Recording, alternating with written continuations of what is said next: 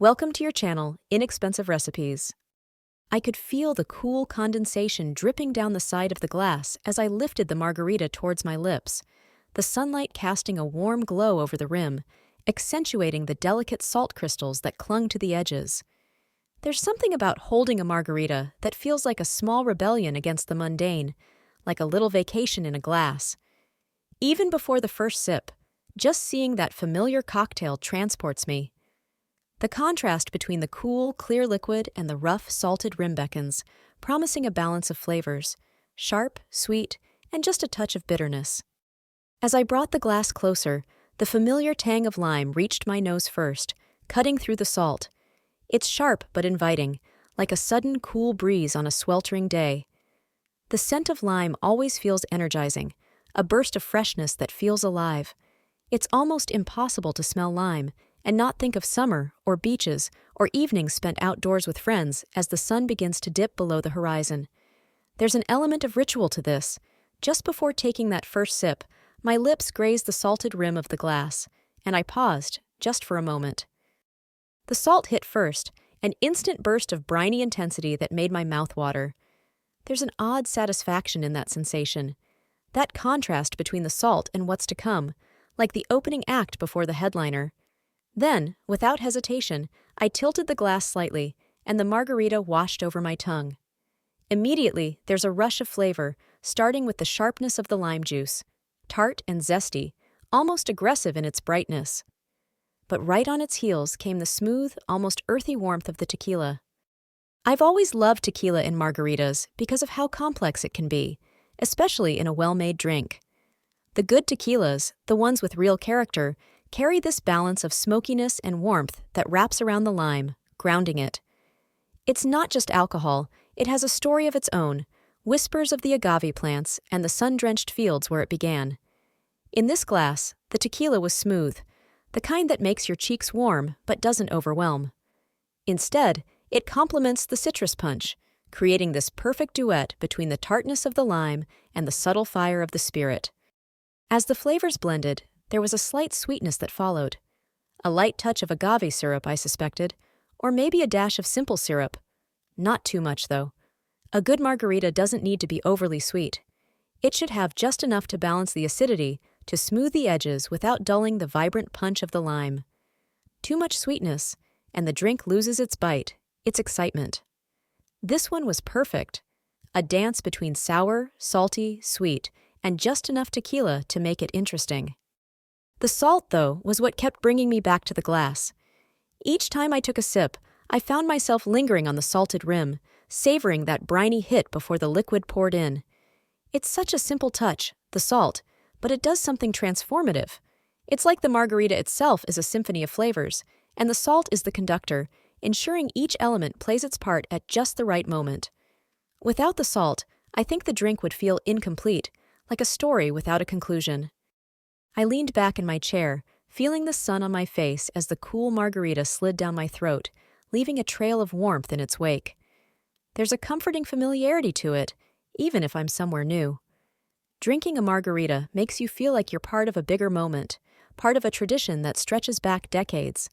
It's not just a drink, it's an experience, a mood, a state of mind. As I continued to sip, I couldn't help but let my mind wander to the origin of this iconic drink. The stories of its creation are as varied as the versions of the margarita itself. Was it created by a socialite named Margarita Sames in her Acapulco home in 1948, as some claim? Or was it a bartender in Tijuana who concocted it for a showgirl named Marjorie King, who was allegedly allergic to every other alcohol except tequila? No matter which version is true, I like to think that whoever first mixed lime, tequila, and orange liqueur understood the art of balance. A true cocktail alchemist. And of course, the triple cess. How could I forget? That whisper of orange flavor is essential, tying everything together with a subtle fruitiness that doesn't overpower.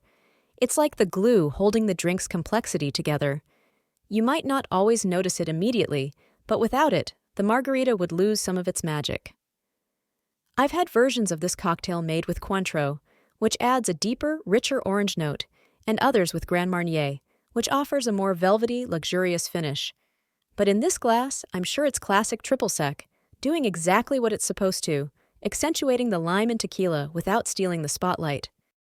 The glass was about halfway empty now, and the ice had started to melt slightly, watering down the drink just a touch. I didn't mind, though. A margarita that evolves as you drink it is one of its many charms. The first few sips are bold, sharp, and strong, but as the ice melts, it mellows out, becoming smoother, more relaxed. It's like the cocktail reflects the pace of the day, starting with energy and zest, then gradually slowing down into something more languid and easygoing. I took another sip and let the liquid linger in my mouth a little longer this time, savoring the layers of flavor. The lime was still dominant, but now there was a softness to it, a more rounded edge. The tequila, too, had settled, its heat tamed slightly by the dilution. It reminded me of afternoons spent by the pool or on the beach, where time seems to slow down and the worries of the world fade away, if only for a little while. The margarita is more than just a drink. It's a moment, an invitation to pause and appreciate where you are. Whether it's served in a frosted glass in a trendy bar or in a simple tumbler at a backyard barbecue, it carries with it a sense of celebration, of indulgence. I've had margaritas in countless places, upscale restaurants where they're served with exotic salts and infused with unexpected flavors, and dive bars where they come in plastic cups and are mixed from a jug. But no matter where I am, the essence of the margarita remains the same. It's a reminder to embrace life's pleasures, to enjoy the small moments, and to never take things too seriously. I reached for the glass again, and this time, I found myself paying attention to the physical sensation of the margarita, the weight of the glass in my hand, the coldness of the liquid against my lips, the way the salt stung just slightly before the smooth tequila rushed in to soothe it. It's an experience that engages all the senses. There's the sight of the glass, often garnished with a slice of lime, the vibrant green of the lime juice contrasting with the clear liquid. There's the sound of ice clinking against the glass, a sound that's almost synonymous with relaxation. And of course, there's the taste, that perfect balance of salty, sour, sweet, and strong. As I took my final sip, I realized that a margarita is one of those drinks that feels like more than the sum of its parts. It's deceptively simple, just lime, tequila, triple sec, and a touch of sweetness with a salted rim. But when it's made well, when each element is balanced just right, it becomes something transcendent. It's not just about quenching thirst, it's about capturing a feeling, a moment of escape. The glass was empty now, save for a few rapidly melting ice cubes, and I set it down with a sense of satisfaction.